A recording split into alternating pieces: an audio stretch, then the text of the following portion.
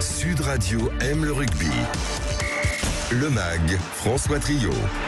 Bonsoir à tous et merci à tous ceux qui nous rejoignent pour le MAG Sud Radio. On parle bien sûr de la 18e journée du Top 14, une journée prise en sandwich entre deux matchs de l'équipe de France, mais qui a été assez passionnante. Avec nous pour en parler, toute l'équipe Sud Radio. Philippe Spanghero, bonsoir. Salut François, bonsoir à tous. Et puis Marjorie Mayence, notre consultante Sud Radio. Salut Marjorie. Bonsoir à tous. Merci d'être avec nous en direct. Bien sûr, Alexandre Priam, Quentin Cabani sont là. Zachary Pilon, bien sûr. Et puis vous, les auditeurs au 0826 300 300 et sur les réseaux sociaux. Tiens, d'ailleurs, on a posé une question, Alexandre. C'est même vous qui l'avez formulée. Et d'ailleurs, assez votre image, hein, un petit peu perfide. Voilà, c'est quoi cette question ? Pourquoi perfide? C'est une question très simple. Bien défini. C'est des mathématiques, je suis désolé. La bataille du maintien à 2, Brive et Perpignan, est-elle désormais une bataille à 4 avec Pau et Castres? On vous pose la question sur la page Twitter Sud Radio Rugby. Zachary Pilon vous a préparé ça. Vous allez sur notre page Twitter, vous votez. Pour l'instant, c'est un net vote oui à 94%.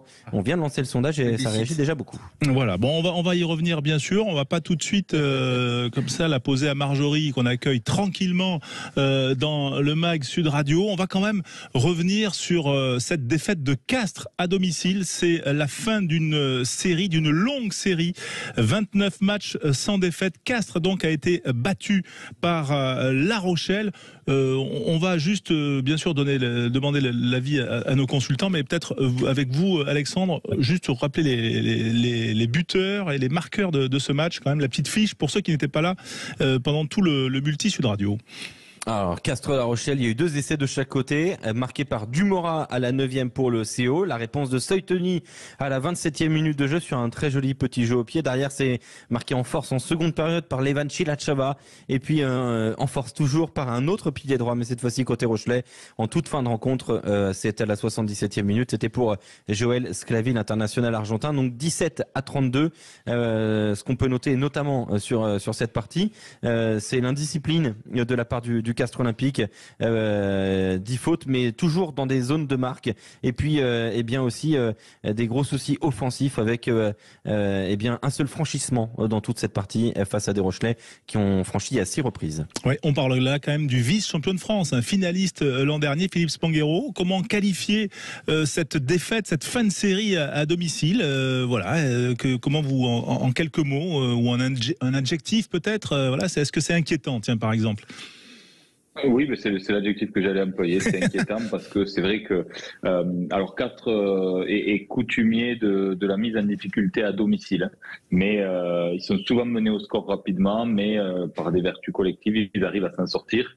On les a vus souvent en difficulté, revenir de situations délicates. Aujourd'hui, ils n'y ont pas réussi, ça n'a pas suffi. C'est une saison de transition, clairement, hein, on le disait, le finaliste de la saison dernière qui se retrouve dans cette position-là, c'est pas banal, surtout que c'est leur première défaite à domicile, donc ça veut dire qu'ils ont quand même su engranger les points qu'il y avait à prendre à la maison, mais ça montre une incapacité à aller chercher des points à l'extérieur pour cette équipe qui se met vraiment, malheureusement, en difficulté à quelques encablures de la fin de saison où on voit que ça lâche pas en bas de classement. On y reviendra tout à l'heure par rapport à la question d'Alex, mais il y a une grosse pression en bas de tableau et ça complique les choses pour le CO. Ouais, c'est vrai que alors ça leur était déjà arrivé quand ils avaient été champions, non, l'année d'après, non, je crois que ça avait été non, c'est l'année d'après 2014 qui avait sauvé le club. C'est en 2015 parce qu'ils font finale perdue en 2014 et en 2015 ils sont à 2 doigts de la relégation. C'est vrai que nous avons un historien du Castres Olympique dans l'équipe Sud Radio.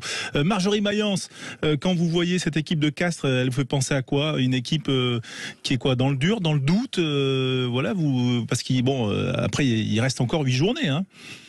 Oui, il reste 8 journées, mais c'est vrai que là, j'ai la sensation d'un gros coup dur, hein, mentalement. On sait que les saisons sont longues, que ça se joue à pas grand-chose. Et là, perdre à domicile, Castres qui sur la scène européenne a déjà en début de saison eu des difficultés. Là, aujourd'hui, coup dur, et j'espère que mentalement, ça va pas les déstabiliser et qu'ils vont pas rentrer dans une espèce de spirale négative. Est-ce qu'ils y sont pas déjà dans cette spirale, Philippe?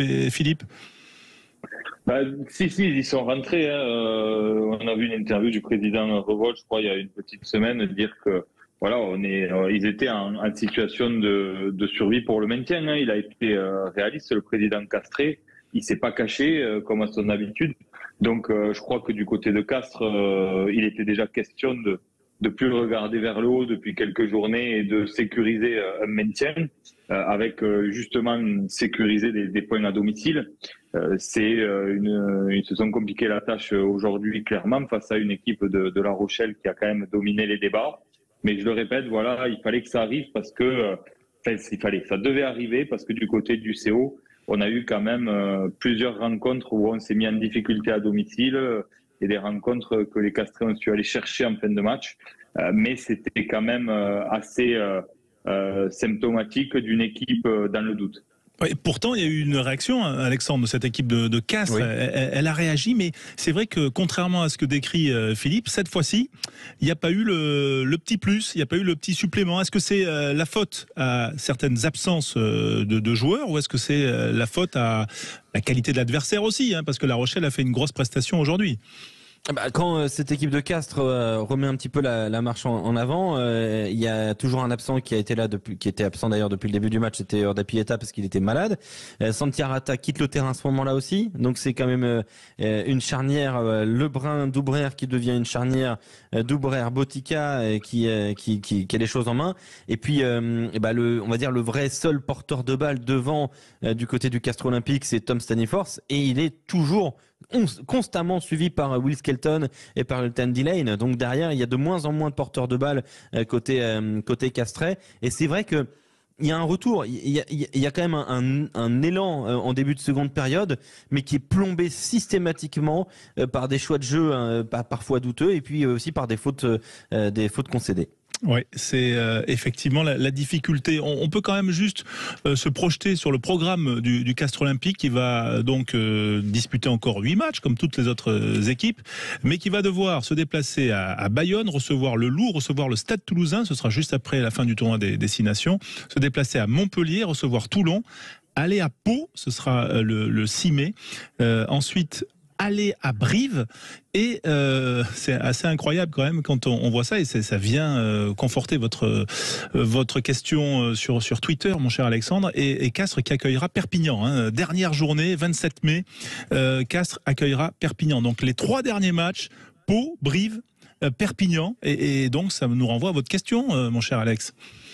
Oui, c'est une question qu'on vous pose sur la page Twitter Sud Radio Rugby. La bataille du maintien qui concernait jusque-là, on va dire globalement 2 clubs, que ce soit Perpignan et Brive, est-elle désormais une bataille à 4 avec Pau et Castres, donc, puisque Castres a le même nombre de points que Pau, 32, et 2 de plus seulement sur la position de barragiste, et qui est pour l'instant occupée par Perpignan, 30 points pour Perpignan, 26 pour Brive. On peut la poser peut-être à Marjorie Mayence, notre consultante. Voilà, ça y est, la lutte s'est élargie. Oui, la lutte s'est élargie. Et là, avec la défaite de Castres, effectivement, on les sentait quand même assez sûrs de leur forteresse. Enfin, en tout cas, ils s'appuyaient sur leur collectif et leur capacité à gagner à domicile. Aujourd'hui, on sent que c'est une équipe fragile et le maintien va se jouer jusqu'au bout. Et là où tu le disais, les derniers matchs vont être cruciaux et vont être très très serrés. Et ça va se jouer vraiment jusqu'au dernier moment. Comment on peut basculer, Philippe, là, de passer d'une saison où on joue le titre à une saison où on joue le maintien? C'est ça un peu ce qui se pose là pour on va dire un groupe similaire et le même staff. C'est toujours très difficile de gérer ces dynamiques aussi différentes parce que Castres, c'est quand même une équipe qui a été exceptionnelle de régularité dans la performance depuis maintenant un peu plus de 13 ans, je crois, depuis la saison 2010-2011 où ils ont fait ces barrages et puis ensuite quasiment tous les ans, à part 2 saisons seulement, je crois, ils n'ont pas été dans les qualifiés pour les phases finales. Donc c'est une équipe qui était habituée quand même à jouer les premiers rôles, donc c'est toujours difficile de jouer un maintien derrière ça. En tous les cas, on sait que les années après titre, elles sont dures à gérer. Peut-être aussi qu'il y a un besoin de renouvellement de staff, on l'a dit. Il y a quelques saisons, c'était Mauricio Reggiardo qui était venu jouer les pompiers de service pour une pige de quelques matchs pour sauver le club. Là, on sent peut-être que le discours de Pierre-Henri Broncan passe moins bien dans le vestiaire. Je crois qu'il il arrêtera son mandat à la fin de la saison. Donc voilà, c'est une saison de transition. Je crois savoir que ce sera la fin pour Pierre-Henri Broncan là, cette saison à Castres. Donc c'est une année de...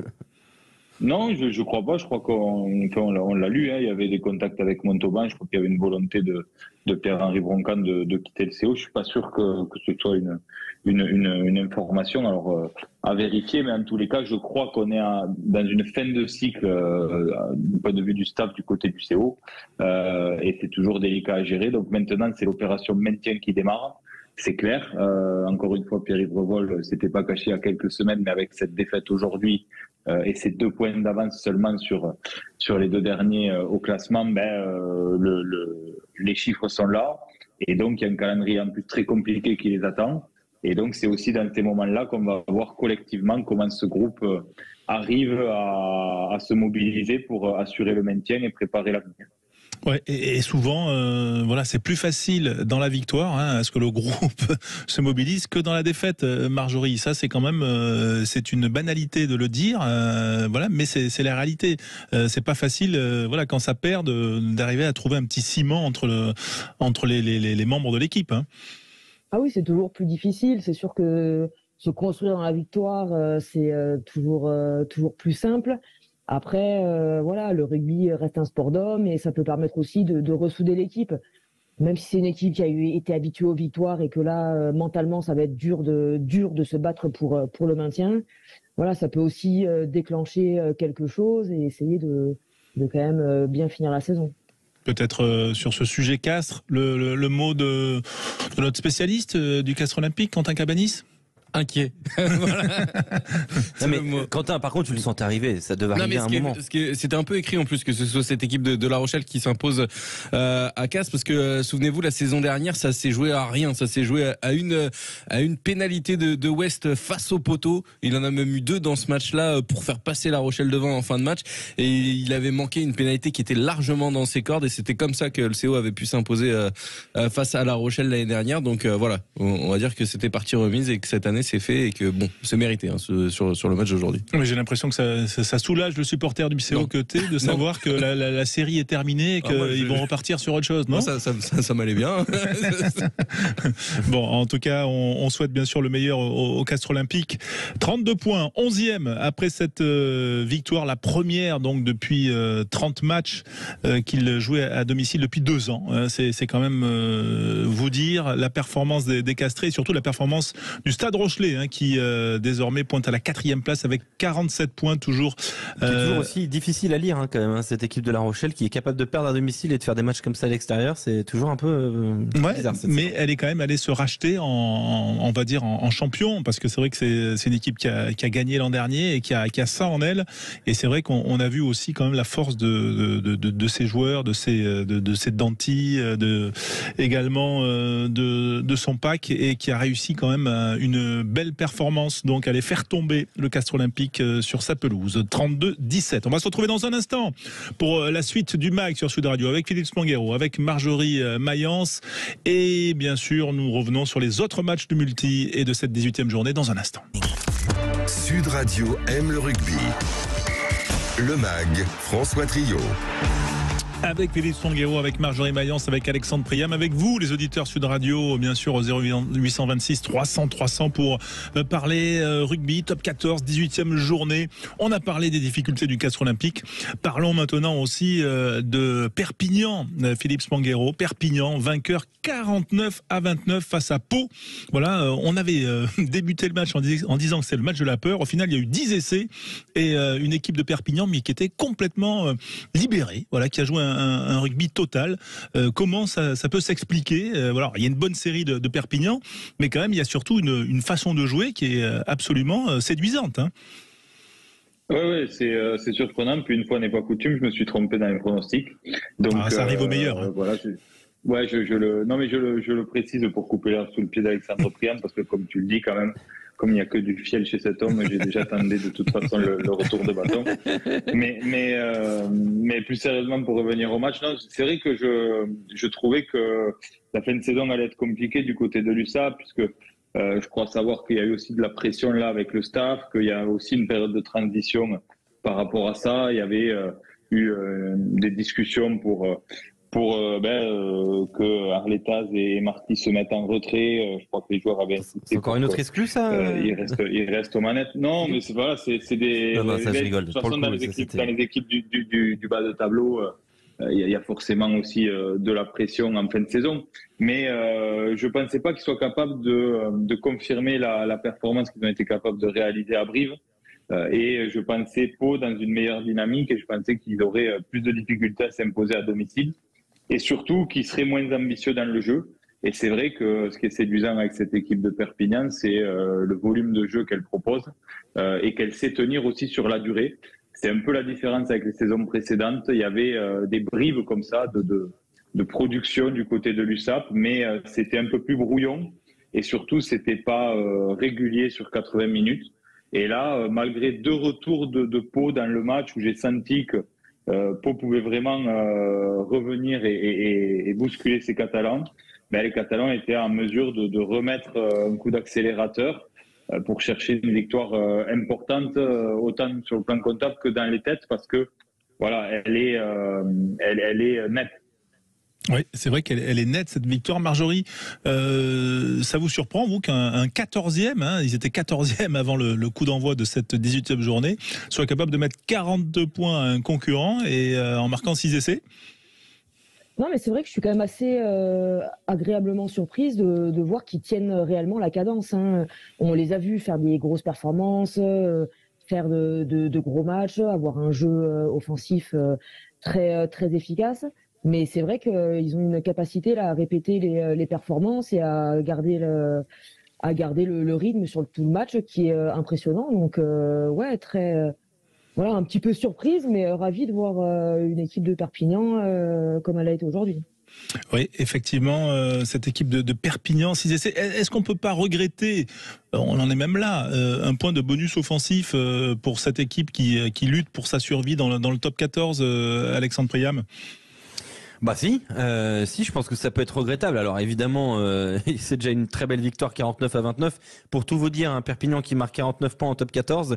On est en train de remonter à plusieurs années, mais quand je dis plusieurs années, après 10 ans, et on n'a toujours pas retrouvé. Donc ça commence à chiffrer. On est toujours en train de faire des comptes dans l'équipe Sud Radio Rugby, mais c'est tout à fait rare. Perpignan qui marque 49 points en top 14. Oui, parce que pourquoi ça peut être pour moi préjudiciable? Parce que aujourd'hui, il y a une conquête quand même qui est très très belle du côté de Perpignan. Il y a un seul ballon perdu en mêlée, mais surtout 0 ballon perdu en touche, 11 sur 11 en touche, ce qui est quand même ce qui n'était pas toujours une force de l'USAP. Donc il y a quand même beaucoup de secteurs aujourd'hui où l'USAP a été au rendez-vous. Et ça aurait presque mérité un bonus offensif au regard de la prestation produite et au regard aussi de l'indiscipline paloise, avec 13 fautes sifflées à la rencontre, seulement 7 pour les Catalans qui sont l'équipe la plus sanctionnée habituellement du top 14. Ouais, et là qui a été très on va dire très très très disciplinée et très joueuse aussi avec des vraiment on s'est pas ennuyé du côté de Sud Radio puisque c'était l'un des matchs phares de la journée que nous avons suivi avec Rémi Ruggiero. Tiens, le programme peut-être de cette équipe de Perpignan jusqu'à la fin, on sait qu'elle disputera son dernier match à Castres, on en parlait. Elle va aller à Bordeaux, elle va recevoir Bayonne, elle va ensuite accueillir Montpellier, elle ira à Toulon, elle recevra le Racing, elle ira à Lyon et elle accueillera Toulouse. Voilà, avant d'aller donc à Castres. Elle a quand même du lourd. Ouais, il y a du lourd. Heureusement qu'elle a gagné aujourd'hui. On a envie de dire, Philippe, quand on voit ce programme là. Il est peut-être pas avec nous, Philippe, je sais pas. Tiens. Pardon, j'avais un problème de micro. Excusez-moi. Non, oui, bien sûr. Non, mais tous les points me coûtent cher et plus particulièrement à domicile, dans la lutte au maintien. Là, c'est clair que ça va coûter très cher. Donc, en tous les cas, c'est vrai qu'on se rend compte que le calendrier, on a vu celui de Castres tout à l'heure qu'on trouvait ardu et celui de Perpignan est encore plus compliqué puisque il y a ce dernier match avec ce déplacement à Castres qui certainement sera aussi primordial pour la course au maintien ou pour se sauver de ce match de barrage. Donc, bien sûr que c'est très compliqué du côté de l'USAP à aborder, surtout pour ces équipes en plus qui manquent un peu de profondeur de banc. Donc, il faut aussi miser sur le fait qu'il n'y ait pas blessures de joueurs cadres parce que les matchs vont coûter très cher. Et puis après, il y a aussi la façon de prendre les Toulousains. Peut-être que Castres les prend dans un meilleur moment en pleine trêve internationale que les Catalans dans la fin de saison. Et les équipes qui ont beaucoup d'internationaux, on peut revenir aussi sur le débat de la façon dont le championnat peut être faussé par rapport à ça. Mais c'est vrai que les Catalans, en plus, sur la fin, prendront Toulouse, qui aura retrouvé tous ses internationaux. Bon, c'est ennuyeux là de ne pas avoir pris le bonus offensif. On essaie de chercher la petite bête là avec ces 49 points marqués par les Catalans. Philippe? Non, c'est pas ennuyeux. Enfin, en tous les cas, sur la vue de ce que le match a donné, de ce qu'a proposé l'USAP, il l'aurait mérité. On le répète, mais je pense qu'ils auraient signé pour une victoire d'abord. Donc, c'est pas ennuyeux. En tous les cas, c'est vrai que c'est le genre de point qu'il faut être capable d'aller chercher. Mais encore une fois, ils ont eu le caractère pour laisser cette équipe de la section assez loin derrière quand elle a eu du caractère pour revenir un peu dans ce match. Donc c'est déjà une victoire d'envergure et comme on le disait tout à l'heure, c'est quand même beaucoup plus facile de travailler et de construire dans la confiance de la victoire. Et puis après, bien sûr, on peut aller chercher la petite bête, mais les 4 points du côté du SAP font quand même énormément de bien ce soir. Oui, effectivement. Ce qui fait du bien aussi, c'est la victoire pour le Racing, 24-14 de mémoire face à Brive. Vous avez une stat sur ce match, mon cher Alexandre? 24-14, 34-24 moi j'ai. 34-24, oui, 24-14 c'était un petit peu avant, mais ça dépend à quelle minute du match on le prend. Mais le score final c'est bien 34-24. Et ouais, le Racing 92 qui s'est imposé en ayant seulement réussi 69% de ses plaquages, ce qui est quand même ultra faible, mais c'est quand même un succès. Et Brive qui s'incline en ayant concédé que 4 fautes. C'était un peu un match bizarre, hein. C'était déjà mon ressenti en live, mais peut-être que ça peut être confirmé par Zachary Pilon qui le commentait, mais c'est vrai que les deux équipes ont eu de véritables carences et parfois des gros points forts. Brive qui concède que 4 pénalités à l'extérieur mais qui perd, c'est quand même tout à fait surprenant. Ouais, ça c'est quand même la stat. Voilà, Brive désormais 14e. Voilà, autre stat quand même, c'est la victoire de Lyon face à Montpellier. Victoire aussi de 10 points, 31-21. Pas de bonus offensif pour un essai marqué par Montpellier et Tisserand dans les dernières secondes. La stat que vous faites ressortir, Alexandre? Alors la stat qu'on a choisie pour ce Lyon MHR, alors déjà du côté du Loup, un seul ruck perdu sur les 65 du match, très fort dans le jeu au sol, le Loup Rugby, et dans un jeu d'ailleurs désordonné. Le Loup Rugby a toujours a maintenu une certaine performance au sol, ce qui peut être la clé du jeu de Xavier Garbajosa. Et puis du côté du MHR, un match donc je disais désordonné, très offensif, 30 défenseurs battus, 6 franchissements pour les Héroltais qui s'inclinent malgré tout du côté du Rhône. Voilà, une petite réaction peut-être Marjorie sur ces autres résultats entre la victoire du Racing, la victoire de Lyon. Qu'est-ce qui vous a le plus intéressé? Non, le match Racing-Brive qui a été quand même, mine de rien, très accroché. Voilà, on a vu les deux équipes quand même au coude à coude pendant pas mal de temps. Donc, des matchs intéressants. Et là, on voit un top 14 très intéressant sur n'importe quel match. Oui, les positions effectivement se resserrent. Tiens, Philippe, peut-être, est-ce qu'il y a un des points à faire ressortir sur ces deux autres matchs là, Lyon-Montpellier, Racing-Brive? Plutôt sur le Lyon-Montpellier, comme le disait Alex, c'est vraiment la solidité du Loup sur les phases de ruck. C'était quand même un match, on l'avait dit hier soir, que Montpellier aurait pu cocher quand même. On avait fait le point sur les compositions d'équipe. Mais c'est vrai qu'il y a cette difficulté. Moi, ce que je retiens, c'est cette difficulté des Montpelliérains. On parlait de Castres tout à l'heure, mais Montpellier, dernier champion en titre, a quand même collectivement des difficultés à aller chercher des matchs et toujours court derrière ce match référence pour moi encore. Et on avait dit qu'il y avait peut-être un coup à faire au Loup. Ils n'ont pas été capables d'aller le faire. Donc c'est un match important pour les Lyonnais à domicile, avec là aussi des points assurés importants pour rester bien collés à ce top 6. Ouais, avec Montpellier, sur les 5 derniers matchs, c'est 5 points. Et il n'y a que Pau qui fait aussi aussi pire, j'ai envie de dire, avec 5 points aussi, mais sinon, ce sont les 2 pires dynamiques du top 14 sur les 5 dernières journées, Montpellier et Pau. Oui, il fallait le préciser effectivement. Montpellier qui a dû se priver quand même de Zach Mercer dès la 2e minute sur une percussion. Il a été sorti du terrain sur civière. On va se retrouver dans un instant. On va bien sûr faire le tour de table de l'actualité, puis on reviendra également sur la victoire de Bayonne face au Stade Français et les Parisiens qui en avaient gros sur la patate à l'issue du match. Restez avec nous sur Sud Radio. Sud Radio aime le rugby. Le MAG, François Trio. 19h30 dans un peu plus d'une heure et demie, le match entre Toulon et Toulouse, choc de cette 18e journée qu'on va vivre en direct, bien sûr, en intégralité avec toute l'équipe Sud Radio, avec vous les auditeurs. Bien sûr, vous pouvez nous appeler pendant ce mag au 0826 300 300. On est avec Marjorie Mayence, on est avec Philippe Spanghero, consultant Sud Radio, bien sûr, pour revenir sur les premiers matchs de la 18e journée. Alors, on a parlé du multi, on a vu le beau score de l'USAP, la belle victoire de La Rochelle à Castres, le succès de Lyon non bonifié contre Montpellier, le succès du Racing face à Brive, mais il faut aussi reparler, Alexandre, du match qui a ouvert notre après-midi, qui était le Stade Français en déplacement à Bayonne, et il y a eu une fin de match qui a été assez épique.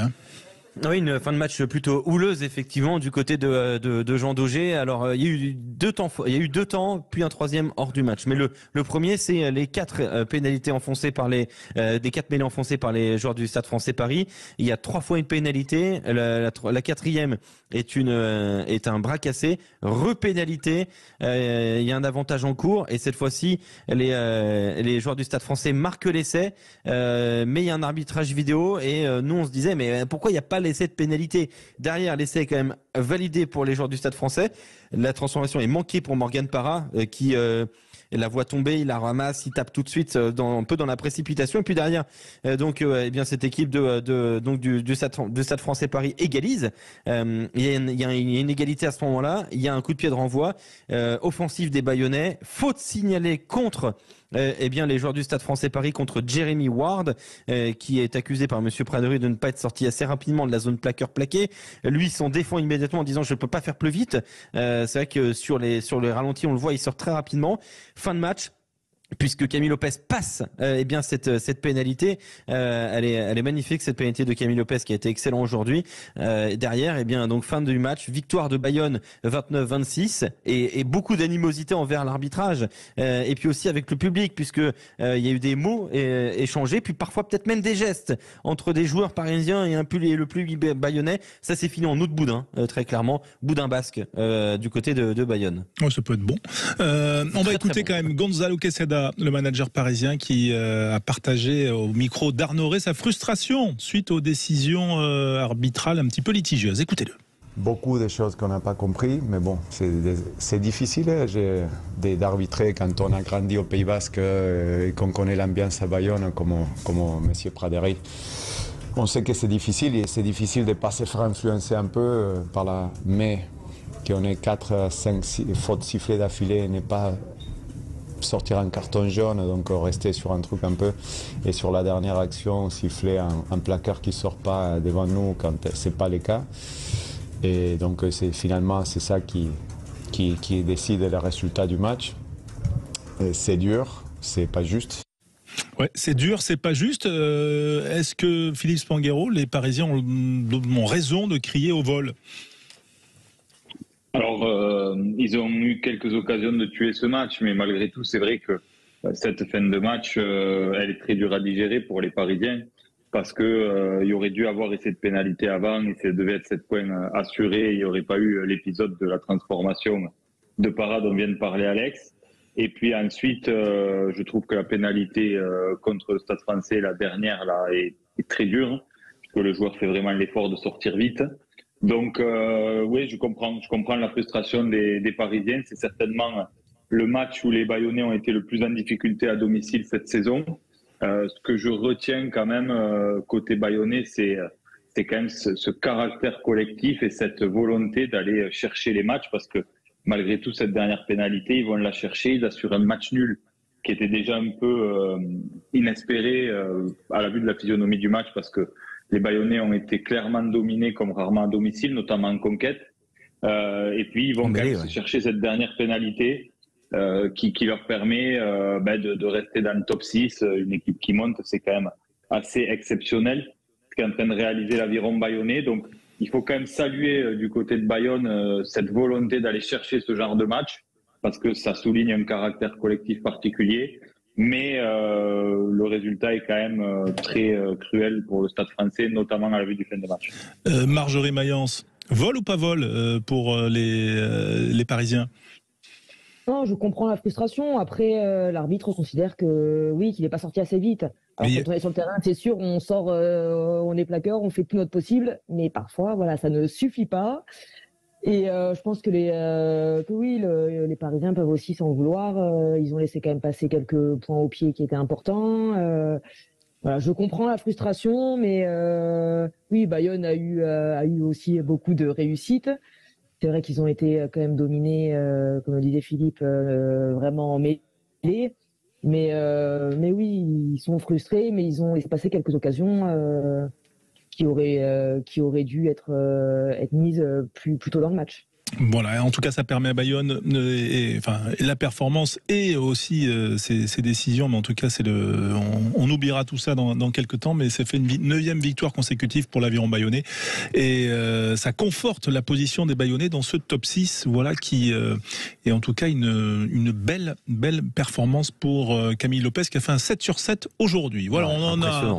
Ouais, bien sûr qu'on va en reparler de cette 18e journée avec Alexandre, avec les consultants Sud Radio autour du match Toulon-Toulouse à 21h05, voilà, et vous passerez d'autres sonores, j'imagine, Alexandre, bien sûr. Notamment Quesada en longueur tout à l'heure. Voilà, tout à fait, voilà, ça c'est un teaser. On est comme ça, nous, on raconte, on tire la bobine de ce top 14 voilà, qui a repris. Dans une dizaine de minutes, notre invité Richard Escaut viendra nous parler d'un ouvrage, d'un projet éditorial avec Jean-Pierre Rive et voilà, qui a l'air assez croustillant et on va bien sûr écouter ça dans un instant, mais on va quand même toujours, c'est une habitude, on est un petit peu en retard par rapport à ce qu'on fait d'habitude, mais on va faire quand même le tour de table de l'actualité. Sud Radio aime le rugby. Le tour de table de l'actualité.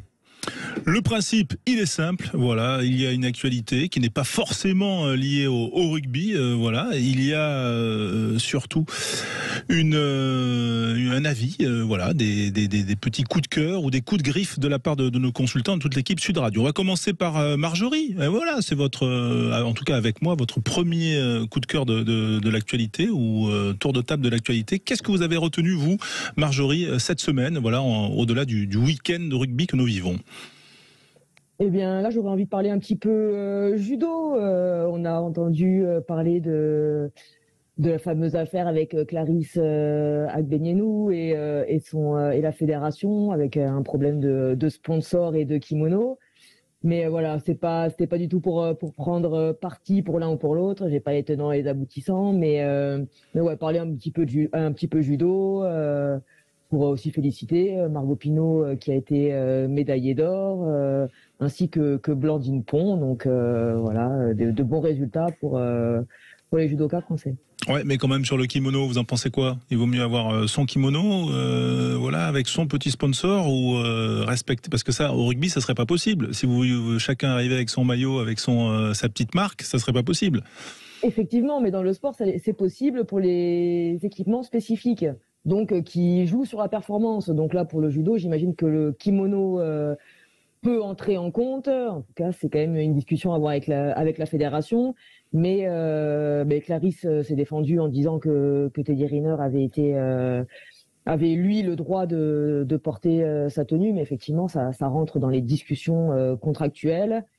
Et là, j'ai pas tout l'affaire. C'est vrai que le sport, les équipementiers, le financier, c'est quand même un gros sujet et c'est intéressant de voir qu'il faut il faut de temps en temps être diplomate et voilà, pour pas faire ce genre de buzz plutôt négatif pour le sport, quoi. Voilà, et par exemple vous en équipe de France féminine, vous pouviez porter les chaussures de votre choix mais pas le maillot. Enfin, c'est pour que les gens puissent comprendre. Voilà, toutes les équipes de France ou les clubs ont leurs équipementiers ou un partenariat avec eux. Les joueurs et les joueuses ont donc le devoir de porter cet équipementier. mais notamment dans la convention collective du sport en France, on a le droit de porter nos propres équipements quand ceux-ci interviennent réellement sur la performance. Donc au rugby, par exemple, les crampons sont autorisés avec d'autres marques pour jouer parce que ça joue sur la perf du moment.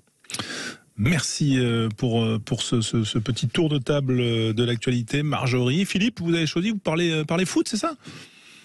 Ouais, c'est ça. C'est rare. C'est rare. Ouais, c'est très rare. Alors, je vais pas du tout parler du contenu du match. Hein. Je m'en garderai pour pas faire offense quand même aux vrais spécialistes de football. Mais c'est vrai que on sentait quand même le PSG ces dernières saisons avancer tous les ans un petit peu plus vers la consécration et une possibilité d'aller chercher ce titre européen avec tous les moyens qui sont mis par le Qatar autour de ce club. Et on sent cette saison que c'est vraiment une saison de transition, une saison délicate pour le PSG. On a vu ce match-là de cette semaine, pour le match aller en huitième de finale contre le Bayern, et une défaite à domicile. La difficulté des Parisiens à côté de ça, un championnat aussi, alors qu'ils l'ont survolé ces dernières années. Et malgré sur le papier un effectif qui est pas vraiment amoindri cette saison par rapport à ce qu'on a vu les saisons dernières, on sent une vraie saison de transition. Et donc, je suis impatient de voir comment le PSG va se réinventer. Il y a eu quelques articles cette semaine qui commencent à dire que Galtier est en danger. On a vu des très grands entraîneurs, très grands noms mondiaux au PSG ces dernières saisons. Il y a eu un pari qui a été fait avec Galtier qui, pour l'instant, n'est pas payant d'un point de vue sportif. Et je suis curieux de savoir comment le PSG va être capable de se réinventer pour la saison prochaine, parce que sans parler au passé, puisqu'il y a encore un match à jouer en Ligue des Champions, mais on sent clairement que la dynamique est cassée du côté du Paris Saint-Germain. Oui, c'est vrai, même si l'entrée de Mbappé avait quand même modifié pas mal de choses dans ce match, mais on va pas revenir sur le contenu. C'est vrai que quand même, on a l'impression que, on va dire, autour des stars, c'est un peu moins fort qu'avant, mais ça, c'est une impression on va dire, de grand public sport que nous sommes lorsque nous abordons d'autres disciplines que le rugby. Alexandre, d'ailleurs, vous, votre tour de l'actualité, c'est plutôt rugby. Rugby, spaghetti. Spaghetti. C'est bon le spaghetti. Oui, parce que c'est un joueur italien. Et quel moi, joueur? J'ai de la tristesse beaucoup pour Jack Polledri. On adore ce joueur. C'est un joueur assez exceptionnel, un troisième ligne de très très grand talent, qui a été absent pendant 2 ans après une très grave blessure au genou. Il est revenu cette saison difficilement, parfois prêté à Hartbury College, lui qui joue à Gloucester, parfois titulaire, parfois absent aussi, avec cette équipe de Gloucester. Il retrouve des sensations. Il est sélectionné par l'Italie et on commençait à revoir le Jack Polledri qui était peut-être le meilleur joueur italien il y a 2-3 saisons, je pense qu'on peut le dire. On retrouvait un troisième ligne de grand talent et Jack Polledri s'est malheureusement blessé face à l'Angleterre et c'est une grave blessure pour lui puisque c'est une grave blessure à l'épaule. Il va être opéré, les tendons sont touchés. On n'a pas pour l'instant de date de retour, mais a priori, selon une source de la fédération italienne, il pourrait ne plus rejouer de la saison quand même. Jack Polledri, lui qui est d'ailleurs dans le viseur de l'aviron bayonnais. Une blessure qui pourrait d'ailleurs remettre un petit peu en question le possible intérêt de l'aviron bayonnais et c'est bien dommage pour un joueur d'un si grand talent qu'on aimerait beaucoup voir en top 14. Ouais, et qui collerait plutôt pas mal au jeu bayonnais, je trouve. Ouais, Jack Polledri, effectivement, gros combattant et longtemps leader de cette équipe d'Italie. Et c'est vrai qu'on aurait aussi voulu le voir dans une équipe qui gagne un petit peu, en tout cas qui retrouve des couleurs. Lui qui a souvent quand même perdu avec son équipe italienne de la Squadra. Mon petit tour perso, moi, je voulais faire réagir Marjorie, mais voilà, c'était les 26 semaines de congé maternité accordées aux joueuses de l'équipe d'Angleterre. Voilà, j'ai vu ça dans la presse anglaise cette semaine. Ça semblait outre-Manche être une nouvelle, on va dire assez assez innovante. En quoi ça l'est et quelle est la situation en France, Marjorie? Je ne sais pas si vous la connaissez, je ne veux pas vous coller sur le sujet, mais je crois que c'est Abiddo, la seconde ligne, une des leaders de l'équipe des Red Roses qui va être maman et qui du coup bien va être indemnisée pendant 26 semaines. Est-ce que c'est une avancée et en quoi ça l'est? Oui, c'est une avancée pour elle. Je pense que nous, par exemple, en France, il y a beaucoup de sports féminins qui ont pris ce sujet à bras-le-corps il y a quelques années. Au rugby, on est en train de suivre ça. La fédération a déjà mis en place un accord collectif qui permet également aux joueuses qui souhaiteraient avoir un enfant d'avoir le congé payé pendant les mois de ce congé maternité. Donc très intéressant. Ce qui est intéressant aussi à voir dans le système des Anglaises, c'est qu'il prévoit également l'accompagnement de la joueuse pendant la grossesse, l'accompagnement de la joueuse une fois qu'elle aura l'enfant et la possibilité de faire partie de l'équipe avec son enfant, en prenant en compte évidemment la sécurité et de la maman et de l'enfant, mais en tout cas en lui laissant la possibilité d'avoir d'autres rôles au sein de l'équipe. Et de faire participer aussi l'enfant aux divers déplacements. Je crois qu'il précise que effectivement, il faut que quelqu'un vienne pour pouvoir garder le petit ou la petite. Mais en tout cas, c'est très intéressant parce que c'est un des sujets essentiels. Je prends notre exemple au rugby. Il y a quelques années, on pensait impossible le fait d'avoir un enfant pendant notre carrière. Et c'est aujourd'hui quelque chose d'important pour pouvoir vivre sa carrière aussi sereinement et ne pas se dire faut que vite que je termine le rugby parce qu'il y a l'horloge biologique qui tourne aussi. Donc c'est un sujet que toutes les fédérations semblent commencer à prendre en compte et c'est très bien pour le sport féminin de manière générale.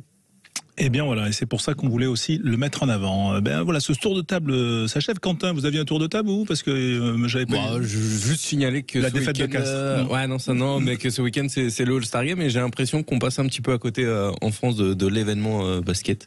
Voilà. Ouais, écoutez, voilà. Mais c'est parce que c'est devenu beaucoup moins intéressant. Voilà. Et donc voilà, on a un peu moins de Tony Parker, voilà. Il y a Rudy Gobert et puis il y a Wembanyama qui arrive l'année prochaine. Oui, tout à fait. Mais bon, il faut patienter. Voilà, c'est une année de transition aussi pour le All-Star et nos Français au All-Star. Allez, on se retrouve dans un instant. On va parler, de Jean-Pierre Rive. On va parler aussi d'un beau projet éditorial avec Richard Esco, notre confrère de l'équipe. À tout de suite.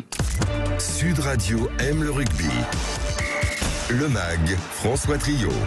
Le MAG Sud Radio avec nos consultants Philippe Spanghero, Marjorie Mayence et notre invité Richard Esco, journaliste à l'équipe, grand connaisseur. Vous êtes maintenant, on va dire, vous êtes un peu un doyen des journalistes de rugby, Richard. Ça va lui faire plaisir, ça, Richard. Non, mais c'est vrai. Même moi, on me regarde en tribune de presse comme si j'étais un vieux schnock. Alors Richard, voilà. Alors que vous avez que 2 ans d'écart. Bonsoir à tous. Bon, je vois que ça attaque d'entrée, chandelle, un beau ruck et tout, je suis content d'être là. Non, vous êtes les premiers à réagir au magnifique projet dont on va parler. Effectivement, oui, doyen d'une certaine façon, mais on est aussi porteur de l'histoire. Et d'innovation. Et d'innovation avec ce projet, effectivement, Jean-Pierre Rive au cœur d'un projet qui est plus qu'un livre, qui est une œuvre d'art. Absolument, c'est un coffret assez pesant, c'est-à-dire qu'il va falloir le porter, c'est entre 5 et 6 kilos. L'idée, c'est pas d'utiliser, mais c'est de demander à Jean-Pierre Rive quel regard il porte aujourd'hui sur le rugby, et lui il a toujours un regard innovant. Et ce qui a déclenché ça, c'est qu'on sait qu'il est en contact par exemple avec Antoine Dupont. Et moi, la première fois que j'ai rencontré Jean-Pierre en 1982, il était très proche de Jean Prat. Et donc, quand on va de Jean Prat à Antoine Dupont, on traverse tout le rugby sur tous les continents, Nouvelle-Zélande, etc. Et on s'est dit, ça serait intéressant qu'il nous apporte son regard et qu'il nous dise en fait qu'est-ce que c'est que le rugby. Voilà, avec aussi son regard d'homme, c'est-à-dire qui est une ancienne légende du rugby, mais qui est aussi aujourd'hui un artiste accompli. Alors, on va pas aller aussi vite dans la dimension artistique, François. D'abord, vous parliez du regard d'homme. Oui, il y a des hommes qui se sont penchés sur lui, des éducateurs, des entraîneurs, et ils nous racontent que sans ces hommes-là, qui ont pris du temps pour voir le petit gamin timide, introverti qu'il était, et de voir peut-être derrière cette petite carapace de protection le grand joueur qu'il allait devenir, mais simplement s'intéresser à lui. On va parler aussi du rôle des éducateurs, des entraîneurs, de tous ceux qui font le rugby et qui en sont le socle. avant de passer à la dimension artistique. Voilà, donc 5 kilos, ça fait combien de pages dans ce projet éditorial autour de Jean-Pierre Rive? Alors, le livre, c'est un livre d'art, comme on aurait pu en trouver sur Richard Wagner, sur Verdi, sur Mozart. Vous savez, ces livres très épais, très beaux, avec un papier très riche, bien imprimé, avec des couleurs très fortes et des noirs et blancs très puissants. Donc, le livre en lui-même, c'est un livre qu'on peut acheter dans n'importe quel musée. Vous voyez, c'est très épais, très beau, c'est presque, on peut le poser avec joie et fierté sur sa table de salon. Il y aura aussi une lithographie de Jean-Pierre Rive, numérotée, sur un papier qui s'appelle, on l'a découvert, un papier Rive, ça s'invente pas. Et on va aussi proposer un livre d'entretien que j'avais réalisé avec lui, mais que là, il sera proposé en version intégrale, comme on dit au cinéma, en director's cut. Ah ouais. Non mais c'est. Richard, je me posais la question, comment on retranscrit à l'écrit, parce que ça a été ce que tu as fait, tu es le rédacteur de ce livre, comment on retranscrit à l'écrit Jean-Pierre Rive, qui est si difficile parfois à comprendre, et ce qui en fait aussi la beauté du personnage. Je sous-entends que Jean-Pierre va dans des sphères qui nous dépasseraient. Parfois. Oui, et c'est ce qui le rend intéressant. Alors justement, Alexandre, cette question est intéressante parce que moi, Jean-Pierre, je le côtoie depuis 1982. Ça va faire un petit bout de temps. Et on a sympathisé pas tant sur le rugby que sur la dimension artistique. Moi, je suis pianiste. Jean-Pierre est pianiste. Mon épouse sculpte et peint. Lui, il sculpte et peint. Et donc, chaque fois qu'on s'est rencontrés, finalement, la discussion rugby, elle vient après. Ce qui est important, c'est l'homme, c'est l'art, c'est la vie, c'est la société. Et avec Jean-Pierre, on s'appelle régulièrement. Voilà, il est toujours très difficile à avoir, mais quand on peut l'avoir, il est loquace. Et d'une certaine façon, oui, Alexandre, je me suis mis dans la tête de Jean-Pierre Rive parfois pour essayer de comprendre ce qui le motive, ce qui l'intéresse et ce qui le nourrit. Voilà, mais Richard, vous avez effectivement aussi écouté beaucoup d'anciens, donc vous avez quand même cette faculté quand même à créer ce lien aussi entre les générations. Combien d'exemplaires c'est quoi le titre exact? C'est Jean-Pierre Rive? C'est Rive, voilà. R-I-V-E-S, comme on mettrait Mozart ou Wagner ou Verdi. On a pensé que ça suffisait. Alors, le livre, les pages, il y en a 300, mais elles sont tellement épaisses, tellement riches, c'est un papier tellement puissant pour la luminosité des photos que, en fait, c'est pas tant le nombre de pages que l'épaisseur. Le livre, c'est Rive. Voilà, tout simplement. Et on va couvrir avec ça les lieux du rugby, les grands joueurs. Il y aura d'ailleurs votre papa, François, parce que moi j'ai connu François tout petit, alors c'est pour ça qu'il dit que je suis un ancien, mais je l'ai connu tout petit quand j'allais rencontrer son papa en 1980. Ouais, mais ça va pas nous rajeunir beaucoup. Mais ceci dit, Philippe Spanghero est avec nous, donc voilà, il doit y avoir du Spanghero quand même dans du Rive. Forcément, il y a du Walter. Moi, je suis en contact régulier avec Guy, un des grands membres de la famille Spanghero, qui est aussi le papa de Philippe. Le papa de Philippe, et qui est porteur de toutes ces valeurs du clan Spanghero. Voilà, Philippe, peut-être une réaction, parce que on l'a eu, et vous l'avez eu, Jean-Pierre, comme invité dans Une vie de rugby. Oui, ça a été notre premier invité. Bonsoir Richard, et c'est vrai que je tenais à démarrer avec Jean-Pierre, parce que moi aussi je fais partie des gens qui ont la chance d'avoir pu garder le contact avec Jean-Pierre. Alors je l'ai connu tout petit par ma famille, et puis ensuite on a travaillé ensemble, puisque je me suis occupé des Barbarians pour 2 magnifiques tournées en Argentine et au Japon. Et voilà, c'est toujours un privilège de pouvoir passer du temps avec Jean-Pierre. Et puis cette volonté et cette énergie qu'il met au service de la transmission des valeurs du rugby. Quand on le voyait évoluer au milieu des joueurs avec les Barbarians, c'était plein de simplicité, de sincérité. Voilà, ça fait partie de ces personnages très très importants pour continuer à essayer de faire perdurer ces valeurs dont on parle souvent. Et j'ai vu passer cet ouvrage justement, j'ai vu passer l'initiative, donc bravo, c'est un très bel hommage, un très beau livre, très bel hommage qu'on est impatient de retrouver. Voilà. Donnons quand même la parole à Marjorie. Quand même, Jean-Pierre Rive, j'imagine que le projet ne doit pas vous laisser insensible, Marjorie, mais quand même, Jean-Pierre Rive, il évoque quoi pour vous, qui est une jeune joueuse encore de rugby et qui, malgré votre longue carrière? Eh bien, écoutez, oui, Jean-Pierre Rive, en fait, moi, c'est rigolo parce que quand j'ai commencé le rugby, j'étais toute jeune, j'avais 8 ans. Et je regardais évidemment pas encore le rugby à la télé jusqu'à mes 13-14 ans. Et c'est vrai que ça a été un des premiers joueurs auxquels on m'a comparé un petit peu. Et je connaissais pas à l'époque le rugby professionnel. On me dit tu ressembles à Jean-Pierre Rive, t'es plaqueuse avec tes cheveux blonds, etc. Donc ça a été un des premiers joueurs de rugby vraiment qui a été ça a été une de mes premières références. Ouais. Mais c'est vrai que vous aviez cette capacité à plaquer qui n'était pas sans rappeler, au-delà des cheveux blonds, qui n'était pas sans rappeler casque d'or. Justement, Jean-Pierre Rive et le rugby féminin, vous en parlez peut-être dans le livre. Oui, il en parle. On parlait des Barbarians tout à l'heure. Oui, on a pris des photos des Barbarians. Il y a la création de l'équipe A7 des Barbarians en 2021 pour le In Extenso 7. Et puis, il y a une magnifique photo de Rona Lloyd, ça doit vous dire quelque chose, cette joueur écossaise, cette ailière qui a rejoint les Lions de Bordeaux. On a comme ça des photos, bien sûr, du rugby féminin, parce que Jean-Pierre est très ouvert à moi je l'appelle ça l'universalité, voilà. Bon, et vous faites bien, et la dernière Coupe du Monde aussi nous a prouvé que tout l'intérêt quand même de ce rugby féminin et surtout l'avenir qu'il va être et qu'il est déjà pour le rugby. Ce projet quand même, Rive, il faut le financer, et donc pour ça vous passez par ce qu'on appelle le crowdfunding. Voilà, on va le financer par des passionnés.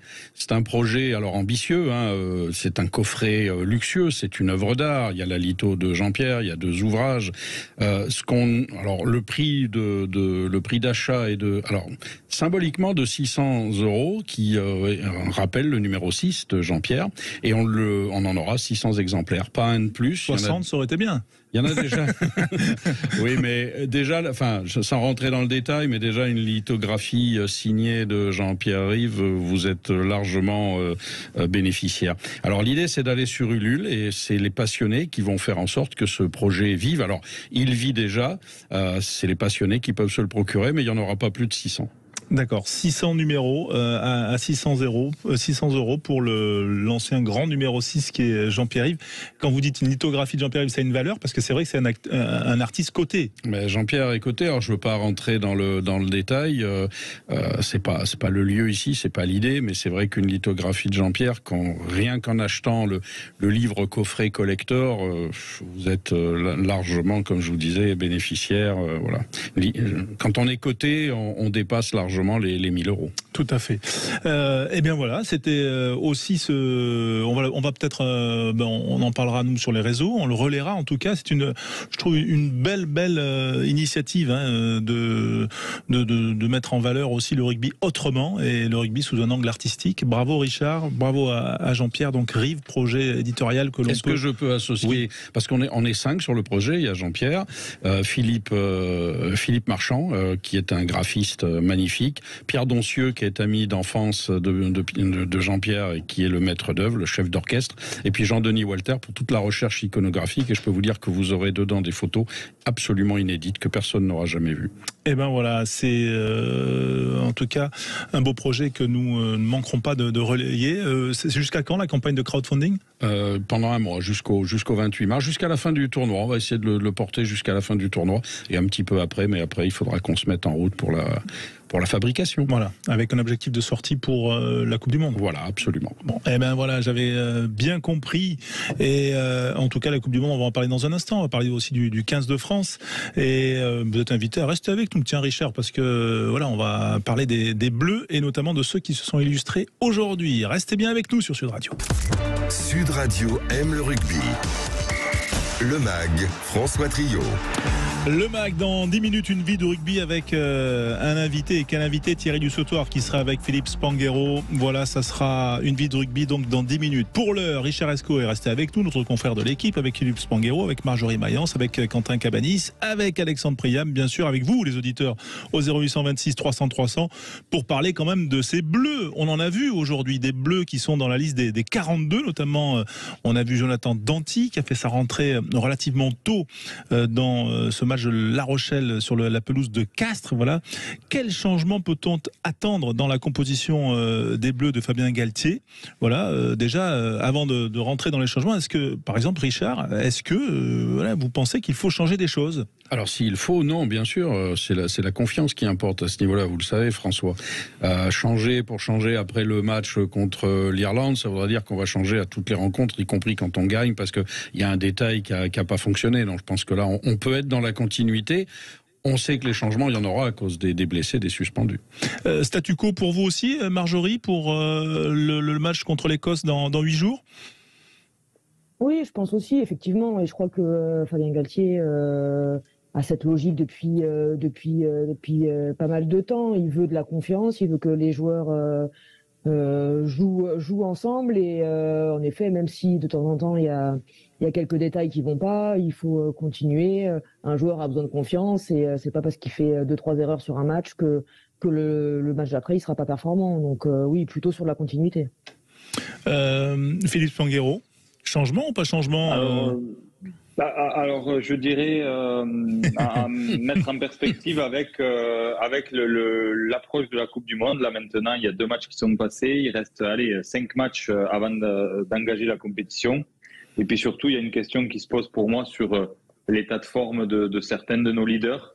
Donc peut-être que ça peut être l'occasion aussi de faire tourner, non pas en le voyant comme une sanction, mais pour aussi permettre à des joueurs qu'on sent un peu émoussés, comme Aldrit peut-être, Antoine Dupont aussi, qui a été a priori très très mâché par ce match contre l'Irlande, qui reste bien sûr un cadre important et le capitaine de cette équipe, mais c'est peut-être aussi le moment de les faire tourner, parce qu'on le répète souvent, moi ce qui m'inquiète c'est que beaucoup de ces cadres font partie de l'équipe toulousaine et rochelaise qui sont engagés sur les 2 compétitions avant la Coupe du Monde avec la Champions Cup et puis le championnat. Et donc j'ai peur que on tire un peu sur la corde de nos leaders. Donc sans le voir comme une sanction, mais peut-être en se disant que quelque part le Grand Chelem étant sacrifié et qu'il reste peu de temps avant la Coupe du Monde, faire quelques changements. Donc voilà, peut-être Aldrit, peut-être faire souffler Antoine Dupont, peut-être Moi, je serais Ramos très à très l'arrière. surpris, Philippe, qu'on ne voit pas Jonathan Danty titulaire face à l'Écosse. Je serais très surpris parce qu'on sait que Sean Edwards l'aime beaucoup dans ses capacités défensives. Je suis pas certain qu'il y aura Moefana est totalement convaincu au poste de 3/4 centre. Pour moi, personnellement, ce serait une surprise de ne pas voir Jonathan Danty sur la feuille de match pour affronter l'Écosse. Je serais très surpris. Pour moi aussi, surtout qu'il a eu beaucoup de temps de jeu aujourd'hui. Il aurait pu se poser la question de sa fraîcheur physique, mais là, quand même, il a donné toutes les garanties sur sa rentrée très tôt à Castres aujourd'hui. Est-ce que, Richard Esco, vous qui suivez bien quand même le rugby depuis longtemps, est-ce que, par exemple, l'incorporation, la rotation et l'incorporation de Danty serait une solution pour répondre aux interrogations que pose le jeu français? Souvenons-nous que Danty est titulaire, Moefana est remplaçant, donc Moefana est entré dans le tournoi parce que Danty était blessé, donc oui, ça paraît logique que Danty revienne. Mais moi, j'appelle pas ça un changement. Un changement, ça serait changer radicalement un axe, 8, 9, 10. Là, c'est plus un retour, ce que je disais, logique, après une blessure ou des méformes. Donc, sur le principe, Danty, oui, il fait partie à l'association Dantifico, on a vu ce que ça donnait. Ouais, mais c'est vrai, moi j'entends ce que dit Philippe Spanghero quand même, sur le fait que bon, voilà, il n'y a plus de grand chelem possible, donc il faut peut-être aussi tenter des choses, reposer certains joueurs, voilà, faire peut-être une rotation, non pas la rotation sanction, mais la rotation, on va dire, projection Coupe du Monde. Marjorie, ça vous parle? Oui, après là, les joueurs ont eu quand même un petit peu une petite semaine de repos, mais je pense que ça serait aussi peut-être l'occasion de garder une équipe, un socle, une équipe de titulaires sur le match, mais par contre avoir des rotations peut-être un petit peu plus rapides pour faire rentrer des impact players qui vont vraiment venir emmener de la fraîcheur. C'est-à-dire modifier le banc, si je vous suis, Marjorie. Non, mais faire rentrer un petit peu plus tôt, en profiter vraiment pour avoir des rotations dans le match. Effectivement, on a des joueurs, on en parlait comme Dupont, Aldrit, qui ont beaucoup joué. Là, ils vont revenir d'une semaine de vacances. Je pense qu'ils auront quand même très envie de participer au match. Mais voilà, pourquoi pas anticiper un petit peu et les faire jouer un petit peu moins de temps que d'habitude. Oui, on a vu, vous parliez d'Aldrit, on a vu Tanga jouer aussi aujourd'hui, Alexandre, c'est ça il était titulaire. Tanga joué, et Cross ce soir aussi. Ouais. Et François Cross qui aura peut-être quelque chose à jouer, sera titulaire avec le numéro 7 dans le dos sur la pelouse de Marseille face à Toulon dans un peu moins d'une heure maintenant. Ouais, Philippe, je reviens à vous parce que vous disiez pas de sanctions mais de la rotation. Est-ce que c'est de la rotation oxygénation sur plusieurs postes ou est-ce que voilà, comme le suggère Alexandre, il n'y aura que Danty qui sera concerné? Non, moi je pense que c'est logique de tourner peu parce qu'en effet, je pense qu'il y a le fait de ne pas vouloir sanctionner les joueurs parce qu'on a vu le discours de Fabien Galtier, il a remercié son équipe à la fin du match contre l'Irlande parce qu'il n'y a pas grand-chose à dire sur le niveau d'engagement collectif des joueurs. Donc il y a voilà, la délicatesse en termes de management à changer les joueurs qui pourraient le voir comme une sanction. Mais moi je crois vraiment, encore une fois, que c'est important de construire dans la victoire. On a beaucoup construit dans la victoire pendant 1 an et demi. Il faut savoir aussi tirer les enseignements de la défaite et puis savoir qu'on a des joueurs importants qui sont cramés parce que comme le disait Marjorie, elle parlait du banc et c'est un sujet important parce que c'est vrai que les leaders dont on parle souvent, qu'on a vu un peu émousser, Aldrit, Antoine Dupont, ils sortent en plus très très tard dans les matchs. Donc il peut y avoir une double stratégie en effet de turnover plus rapide dans le match ou bien carrément de les laisser au repos. On verra. Moi je mise quand même sur 2 ou 3 changements. Ouais, alors il y a Antonio, Richard, Antonio qui devra changer. Oui, bien sûr, donc, qui lui est suspendu. Donc voilà, mais en plus d'Antonio, Philippe. En plus d'Antonio, je vois 2 ou 3 changements. D'accord. Est-ce que c'est le bon moment? Je dirais peut-être à l'arrière, peut-être en 3e ligne. Oui, alors est-ce que c'est le bon moment d'effectuer des changements quand on va recevoir l'Écosse qui est invaincu, qui va jouer le Grand Chelem, au risque de se mettre un petit peu quelques soucis dans la tête en cas de défaite, parce que rotation implique renouvellement des structures, faire rejouer les joueurs ensemble, retrouver des automatismes, c'est pas évident. Ouais, mais c'est peut-être pour ça que il y a un petit chantier en plus en ce moment. Il y a un petit chantier. Ah bon, général, je vois qu'on a les mêmes informations. Oui, a priori. Voilà, le petit chantier offensif, c'est ça, Philippe? Ouais. Mais pas que. Mais pas que. Les joueurs savent où ils doivent aller, déjà, ça serait pas mal. Ouais, mais on va suivre ça en tout cas. Remercier Richard Escaut d'avoir été avec nous. Bonne chance donc pour le projet Jean-Pierre-Yves, bien sûr, sur Ulule, que l'on suivra sur Sud Radio. Et puis, donc, on va se tourner maintenant avec Philippe Spanghero sur Thierry Dussautoir. Une vie de rugby. Un bel échange avec l'ancien capitaine du 15 de France. C'est toujours aussi un plaisir d'entendre ce joueur qui, rappelons-le quand même, a éclos dans le rugby professionnel à Bègle. Voilà. Merci Marjorie d'avoir été avec nous ce soir. Et puis à suivre bien sûr Thierry Dussautoir avec Philippe Spanghero. Bonne soirée.